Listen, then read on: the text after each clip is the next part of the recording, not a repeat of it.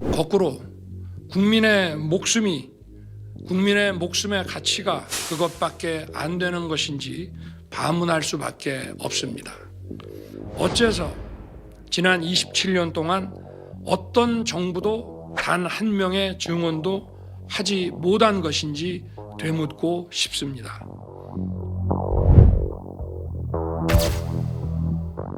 얼마나 불편하고 불안하십니까? 이 어려운 상황에도 불편을 감수하며 정부의 의료 개혁에 힘을 보태주고 계신 국민 여러분께 감사의 말씀을 드립니다. 아울러 국민들의 불편을 조속히 해소해 드리지 못해 대통령으로서 송구한 마음입니다. 국민 여러분, 지금 정부가 추진하는 의료 개혁은 국민 여러분을 위한 것입니다. 촌각을 다투는 환자들이 응급실을 찾아 뺑뺑이를 돌다가 길에서 사망하는 일이 벌어지고 있습니다. 국민의 생명과 건강을 지키기 위한 의사 증언을 의사들의 허락 없이 할 수 없다고 한다면 거꾸로 국민의 목숨의 가치가 그것밖에 안 되는 것인지 반문할 수밖에 없습니다. 국민은 이 나라의 주권자입니다. 정부는 국민의 생명과 건강을 지키기 위한 4대 의료개혁 패키지에 그동안 의사들이 주장해온 과제들을 충실하게 담았습니다. 그런데도 지금 전공의들은 50일 가까이 의료 현장을 이탈하여 불법적인 집단 행동을 계속하고 있습니다. 오로지 하나, 의사 증언을 막기 위해서입니다. 현재 우리나라 활동 의사 수는 아까 말씀드린 바와 같이 11만 5천 명입니다. 전문의가 10년 후에 나오므로 20년 후에야 2만 명이 더 늘어납니다. 2천 명은 그냥 나온 숫자가 아닙니다. 국민 여러분, 논의가 부족했다는 일부 의료계의 주장 역시 사실을 왜곡한 것입니다.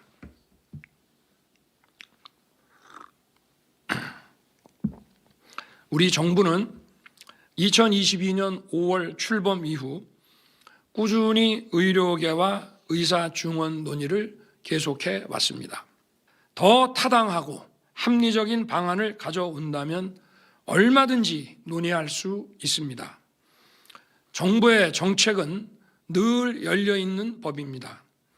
더 좋은 의견과 합리적 근거가 제시된다면 정부 정책은 더 나은 방향으로 바뀔 수 있는 것입니다. 하지만 제대로 된 논리와 근거 없이 힘으로 부딪혀서 자신의 뜻을 관철시키려는 시도는 결코 받아들일 수 없습니다. 불법 집단 행동을 즉각 중단하고 합리적 제안과 근거를 가져와야 합니다.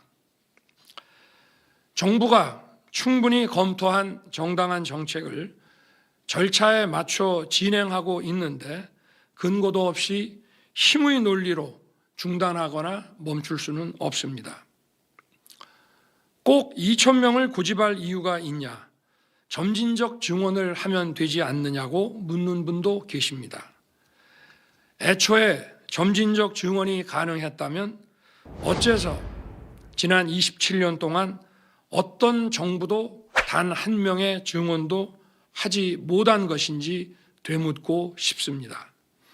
대통령은 국민에게 겸손해야 하고 사회적 약자에게는 더 깊이 머리를 숙여야 합니다. 그러나 저는 국민을 보호해야 하는 헌법상 책무를 지고 있는 대통령입니다. 국민을 힘들게 하고 괴롭히는 일이 있다면 제게 주어진 책무를 확실하게 이행해야 합니다. 의료개혁이라는 과업에서 의사 증언은 최소한의 필요 조건일 뿐이고 더 많은 충분 조건들이 보태지면서 완성될 것입니다. 국민 여러분, 지금은 용기가 필요할 때입니다. 정책 추진과 성공의 동력은 결국 국민 여러분의 성원과 지지입니다. 작은 목소리 하나 놓치지 않고 국민을 위한 일이라면 온 힘을 다하겠습니다. 국민 여러분, 대통령인 제게 가장 소중한 절대적 가치는 바로 국민의 생명입니다. 감사합니다.